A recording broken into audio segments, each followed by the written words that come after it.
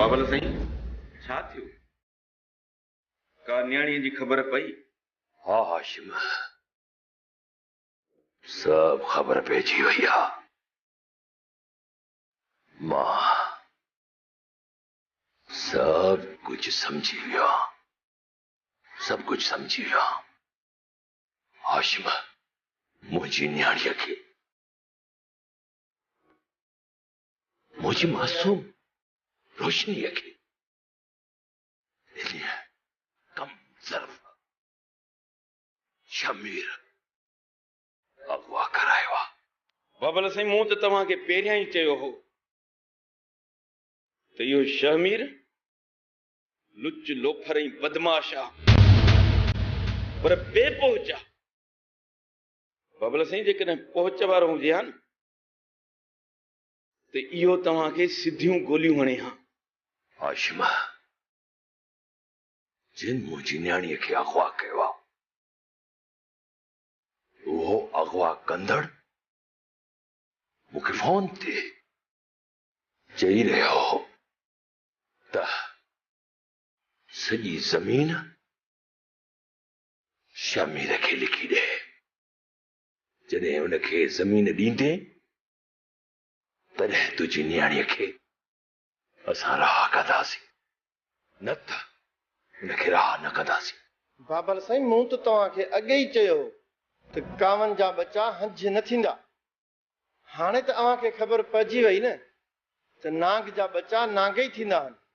साईं दादा तूं समझी छो कोन थो? इहो शमीर मीसड़ो आहे। ॾिसण में तोखे मीसड़ो मासूम थो लॻे, अंदर में इब्लीस वेठल अथसि, शैतान आहे पहिरें नंबर जो। हिक तरफ़ हित मूं वटि अची मुंहिंजे पेरनि ते किरे थो, माफ़ियूं थो वठे, गिड़गिड़ाए थो मुंहिंजे साम्हूं। ऐं ॿिए तरफ़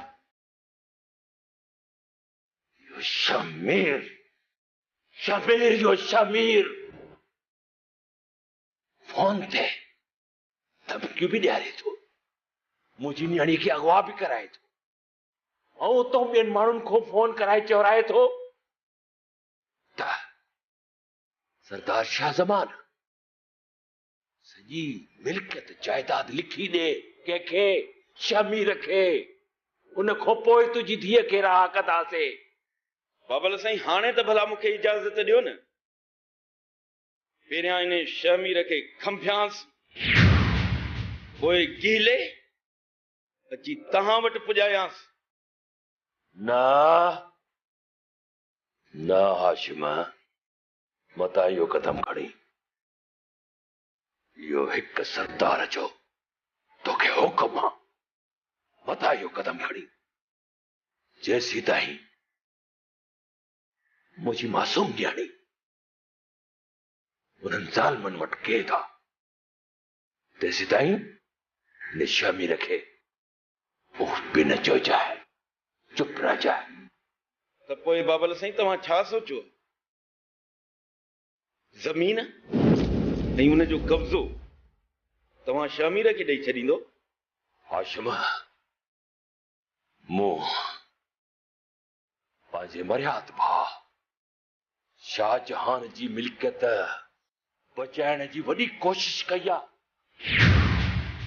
पर जेकॾहिं इहो निभागो शमीर नथो मुड़े त वञी धूड़ पाए खॾ जे तरे में वञी किरे। जहिड़ो पीउ तहिड़ो पुटु हुनजो। ठीकु आहे बाबल साईं, पहिरियां तव्हांजी न्याणीअ जी वापसीअ जो बंदोबस्तु कयूं,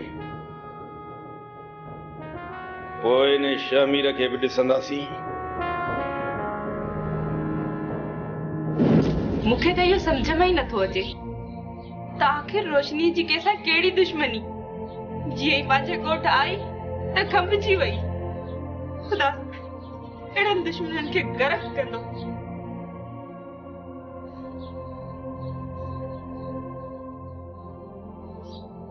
बाबा, रोशनी जी का ख़बर पई आहे न? मेरा धीअ ॻाल्हि अॻिते चुरी त आहे, पर हाणे ॾिसजे किथे थी दंग करे। कहिड़ी ख़बर पई आहे रोशनीअ जी? मेरा धीअ असल में तो हू सरदार खे अगवा करण आया, पर फायरिंग जी ॾेवट में सरदार त बची वियो, हुन जी न्याणी अगवा थी वई। वरी ॻाल्हि त चवनि था त शहमीर अगवा करायो आहे रोशनी खे। शहमीर ई अगवा करायो आहे रोशनीअ खे? ॻाल्हियुनि मां त ईअं थो लॻे, ऐं सरदार साईं बि ईअं थो सम्झे, पर मुंहिंजो अकुल कमु नथो करे। अमी छा था सम्झो बाबा? मां सम्झां थो त शहमीर ख़ान जे ख़िलाफ़ का साज़िश आहे। शहमीर ख़ान जो को अहिड़ो दुश्मन आहे जेको नथो चाहे त सरदार साईं ऐं शहमीर पाण में मिली वञनि। पर बाबा इहो केरु थो थी सघे? वो बंगुर ख़ान थी सघे थो, हाजी शरीफ भी थी सघे थो, ऐं कमदार नबू भी थी सघे थो। ईअं नाहे बाबा, रोशनी जे अगवा थियण में सिधो सो फ़ाइदो इन शैतान शहमीर खे मिली रहियो आहे। बाबा पक सम्झो त इहो शहमीर ई आहे, छो त मां इन जे मुंहं ते मकारी ॾिठी आहे बाबा। ईअं भी थी सघे थो, मुंहिंजा शक बि कंहिं हद ताईं सही आहिनि। बाबा बस दुआ कयो त रोशनी खेरन सां पंहिंजे घर मोटे, पोइ सॼी ख़बर पइजी वेंदी त सरदार साईं सां इहा दुश्मनी कंहिं कई आहे। हाँ जी, अच्छा कारा पाणे पधरा थी वेंदा, पर मेरा जी मां थकिजी पियो आहियां, मूंखे पाणी जो गिलास पियार। हाँ बाबा।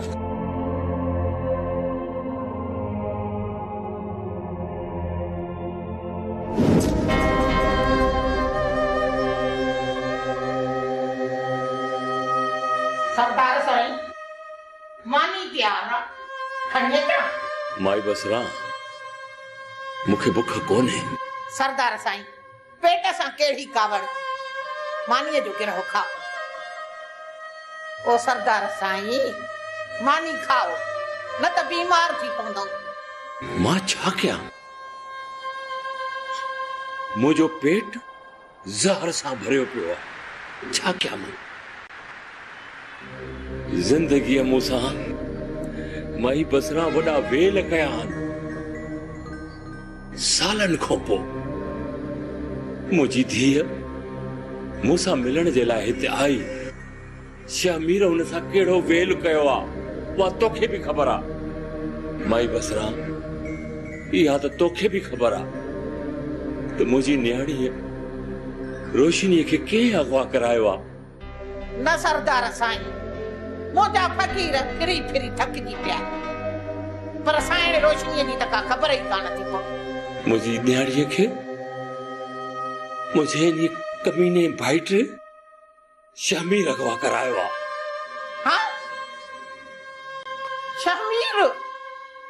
सरदार साईं इहो त वॾो बदबख्त आहे। शहमीर ज़मीन जी लालच में अची मुंहिंजी न्याणीअ खे अगवा करे मुंहिंजी ॻिचीअ में ज़िलत जो तोक विझी छॾियो आहे। हुन जो जहिड़ो मर्दनि सां हो, मूंसां विड़े मूंसां मुहाॾो अटकाया,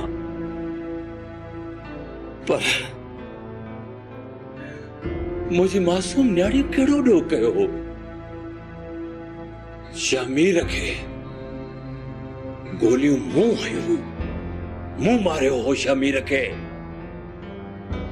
पर माई बसरा मुंहिंजी बेगुनाह न्याणी हुनखे त उफ बि न कयो हो। पोइ हुन शहमीर मुंहिंजी न्याणी खे गैरनि जे हथां छो अगवा कराए? छो? ओ सरदार साईं, बुराईअ जो नतीजो बुरो हूंदो आहे। हिकु दफ़ो न्याणी रोशनी घर अचे वञे, पोइ इहो काॾे वेंदो शहमीर ख़ान? हाँ माई बसरा, पोइ मां ॾिसंदुसि इन शहमीर खे। ओ सरदार साईं, मुंहिंजो हिकिड़ो अर्ज़ु आहे, रोज़ीअ खे पुठी न ॾियो, बग़ैर मानीअ जा खाओ। हाँ माई बसरा, मानी लॻाए त मां अचां। हा साईं।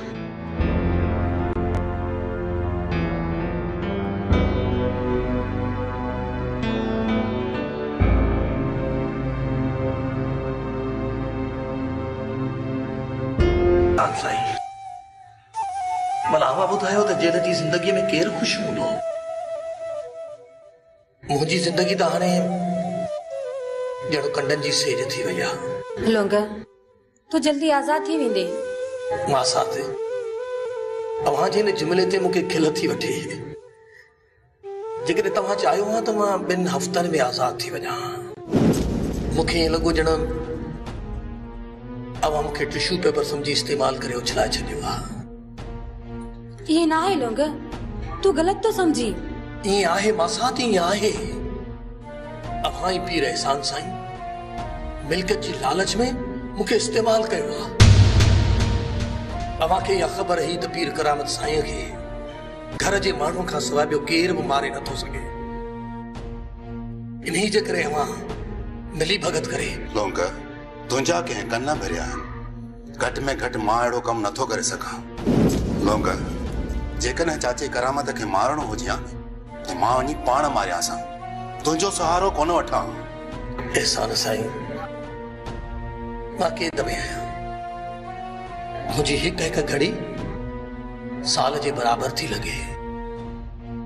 अवां छा कयो आहे मुंहिंजे लाइ?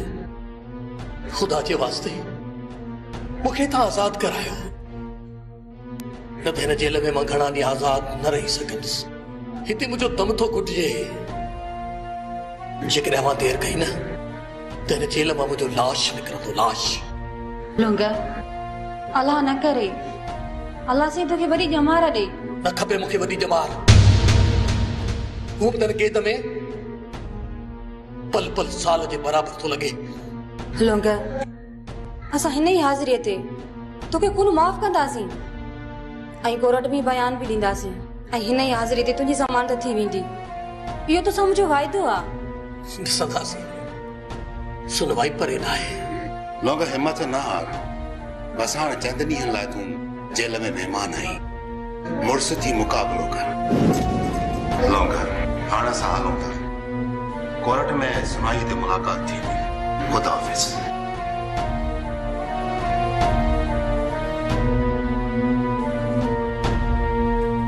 शमीर खान तो यो सुठो नाहे कयो। वॾो गंद कयो अथई। मामा साईं मूं छा कयो?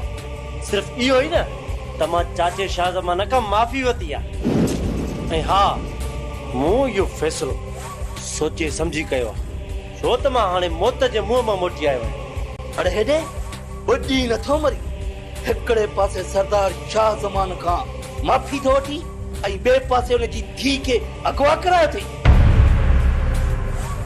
मूंखे त तूं वॾो मुनाफ़िक़ थो लॻी। छा मामा साईं इहो छा था चओ? मां रोशनी खे छो अगवा कंदुसि? मामा साईं तव्हां एॾो वॾो मूं ते इल्ज़ाम नथा आणी सघो। इहो इल्ज़ाम न, इहा हक़ीक़त आहे। तुंहिंजा अछा कारा पथरा थी विया अथई। अरे ने ॻाल्हि त ॿुध। तो सरदार शाह ज़मान खे बेवकूफ़ सम्झो आहे या हुनखे फोलड़ो सम्झो? सरदार शाह ज़मान तोखे चङी तरह सुञाणे, छो जो वॾो शातिर माण्हू आहे। मामा साईं इहा सरासर मुंहिंजे खिलाफ़ साज़िश आहे। मूं रोशनी खे अगवाई नाहे करायो। अरे रे इन धाड़ेलनी सरदार शाह ज़मान खे फोन करे चयो आहे त शमीर खे ज़मीन ऐं हुन जो कब्ज़ो मोटाइजे। न त ॿुध साहब ॿी सूरत में हुनखे चयो अथनि त रोशनी जो तोखे लाश मिलंदो। मामा साईं मूंखे कुझु बि न खपे। न ज़मीन न कागज़ न कब्ज़ो। मां जीअण थो चाहियां। बस मूंखे सिर्फ़ पंहिंजी हयाती खपे, ॿियो कुझु बि न। तुंहिंजी हिन मामूली हरकत जे करे सरदार शाह ज़मान सां ते ॾमरजी पियो आहे। लॻे थो तूं वॾो गंद कंदे। मामा साईं इहा सिधी सही मुंहिंजे खिलाफ़ साज़िश आहे। मां हाणे ई वञा थो सरदार शाह ज़मान ॾांहुं। बहादुर खान ख़बर न आहे त असांजे खिलाफ़ केरु थो साज़। माण्हू त हाणे लौंग जा कन भरे रहिया। एहसान साईं हिते कुझु साड़ साड़िया माण्हू बि आहिनि जेके कंहिंखे बि ख़ुशि नथा ॾिसी सघनि। बहादुर खान सरदार शाह ज़मान जे धीउ जो भलाए छा थियो? हिकु त हिते केर बि सरदारनि जे नंगनि में हथ विझंदो न आहे। जेकॾहिं को अहिड़ो सरफिरियो माण्हू इहो कमु कंदो आहे त पोइ सालनि ताईं मुंहुं आज़ादु न आहिनि। बहादुर सरदार साईं बि हद खां वधीक साजिद ऐं शामीर ते भरोसो थो करे। ख़ैर शामीर त संदसि भाइटियो, पर बहादुर मंगोल जे पुट ते भरोसो करणु बेवकूफ़ी आहे, छो त दुश्मन जो पुट कॾहिं सॼण कोन थींदो। एहसान साईं, तव्हां ठीकु था चओ। सरदार साईं खे हिन साजिद ते भरोसो न करणु घुरिजे, पर सरदार साईं बि छा करे? जिथे बि सरदार साईं खे पंहिंजी धीउ वापसि थियण जी ज़रूरत पए थी त सरदार साईं उॾाण रोड़ंदो थो वञे। हिकु दोस्त जी हैसियत सां असांजो फर्ज़ आहे त असां सरदार साईं खे सम्झायूं। एहसान साईं, हाणे सरदार साईं कोन सुम्ही, असां हाणे रुगो सरदार साईं खे बचाइण जी कोशिशि कयूं। हा बहादुर, असां हाणे मंगोल जे पुट साजिद ते नज़र रखंदासीं।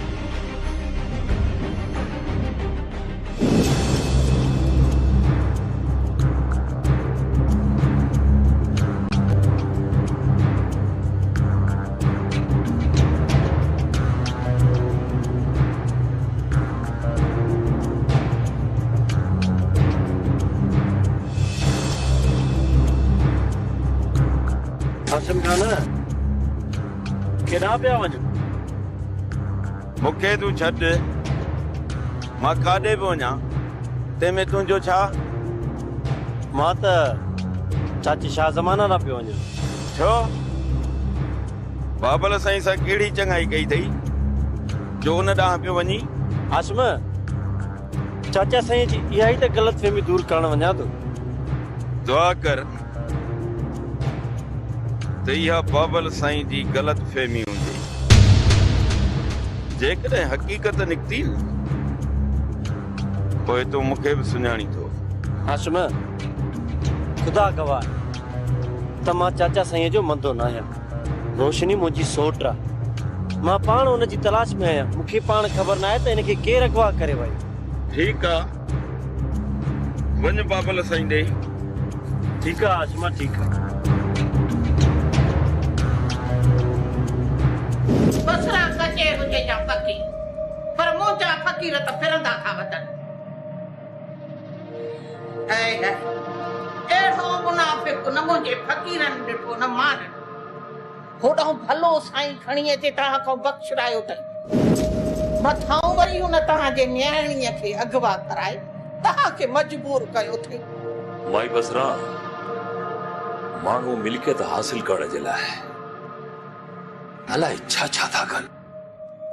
शामीर बि सोचियो हूंदो, ॿई पासा कोशिश करे ॾिसां।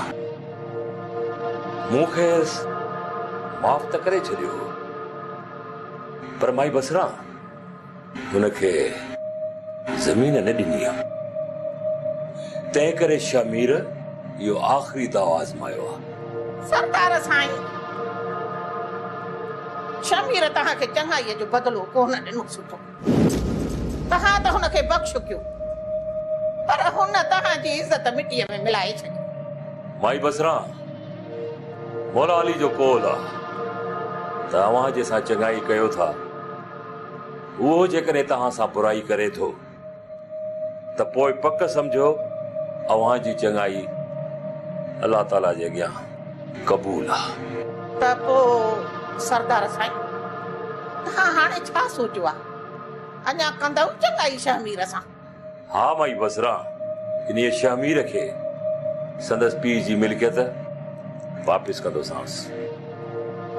मूं हुन जी मिल्कियत जो हिकु रुपयो बि न आहे खाधो। हुन जी ज़मीन जी जेका उपत आहे, उहा उपत अमानतनि मूं बैंक में रखाए छॾी आहे। मूं हुन जी ज़मीन जा कागज़ अमानतनि पाण वटि संभाले रखिया आहिनि। जॾहिं न मूं वटि ईंदो त वापसि कंदोसांसि। इन जो अजूरो तव्हांखे अलाह साईं ज़रूर ॾींदो सरदार साईं। ओ सरदार साईं, हाणे मां हलां थी पई। अधो कबूतर ऐं बेगो बुख ते वेठा हूंदा, वञी उन्हनि खे बि टुकुर गभो पचाए ॾियां। ठीकु आहे माई बसरा।